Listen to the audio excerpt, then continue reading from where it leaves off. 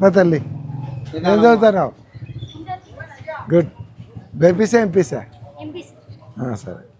ఇది మెడికల్ కాలేజీలు మనం ప్రైవేట్ వాళ్ళకి ఇస్తుంటారమ్మా. గవర్నమెంట్ అంతా డబ్బులు ఖర్చు పెట్టి కట్టించినారు.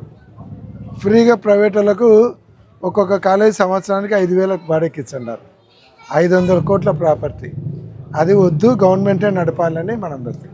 ఇలాంటి పిల్లలు డాక్టర్ చదవాలంటే 1,02 కోట్లు కట్టాలి. అదే గవర్నమెంట్ కాలేజీ ఫ్రీ అంటారు. అందుకు మీ సెల్ నెంబరు సంతకం పెట్టమ్మా.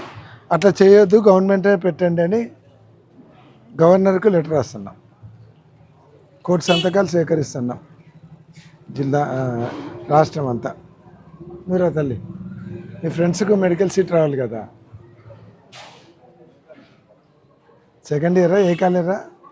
ఇక్కడ సంతకం పెట్టమా. సెల్ నెంబర్ మా మీది కానీ మీ ఆయనది కానీ రాయండి.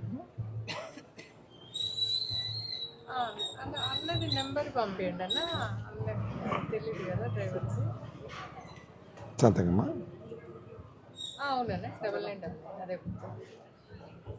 కింద ఉండమని చెప్తారా? సరే సరే చెప్తాను. పోతాను. నువ్వు రారా. ఏం కాదు నీకే. లేదు, మెడికల్ కాలేజీలో ప్రైవేటీకరణ చేయొద్దు అని చెప్పని కోటి సంతకాలు సేకరించాడంట. ప్రజల్లో అందరిలో వ్యతిరేకత వస్తే ఆయన డెసిషన్ మానుకుంటాడు కదా, చేయకుండా మనకే ఉండిపోతుంది. ఆ కాలేజీకి ఒక పెద్ద హాస్పిటల్ కూడా కట్టించింది గవర్నమెంట్. అది కూడా ప్రైవేట్ వాళ్ళకి ఇస్తే, అది కూడా ప్రైవేట్ వాళ్ళకి ఇచ్చా అనుకో, గవర్నమెంట్ అయితే ఫ్రీ ఇది ఉంటుంది. ఫ్రీ ఎడ్యుకేషన్, మనకు హాస్పిటల్లో ఫ్రీ ట్రీట్మెంట్ ఉంటుంది.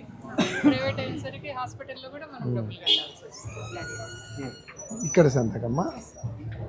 మీ సెల్ నెంబర్ అది రాస్తే కింద సంతకమ్మా. ఈడ సంతకం పెట్టు.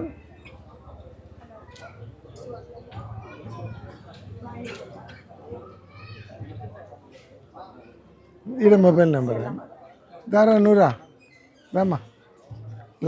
ఇది పేరు వేరే పేపర్లో పెడతారు. ఫోన్ నెంబర్ ఉందమ్మా, పేరు రాయండి. పేరు నువ్వు రాయమ్మా. నువ్వు కూడా సంతకం పెట్టమ్మా. నువ్వేం చదువుతున్నావమ్మా? అమ్మ పేరు రాయి.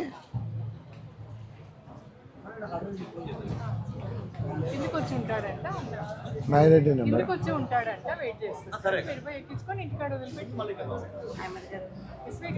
నువ్వు రాయమ్మా. బాబా నువ్వేం చదువుతున్నావు? గణేష్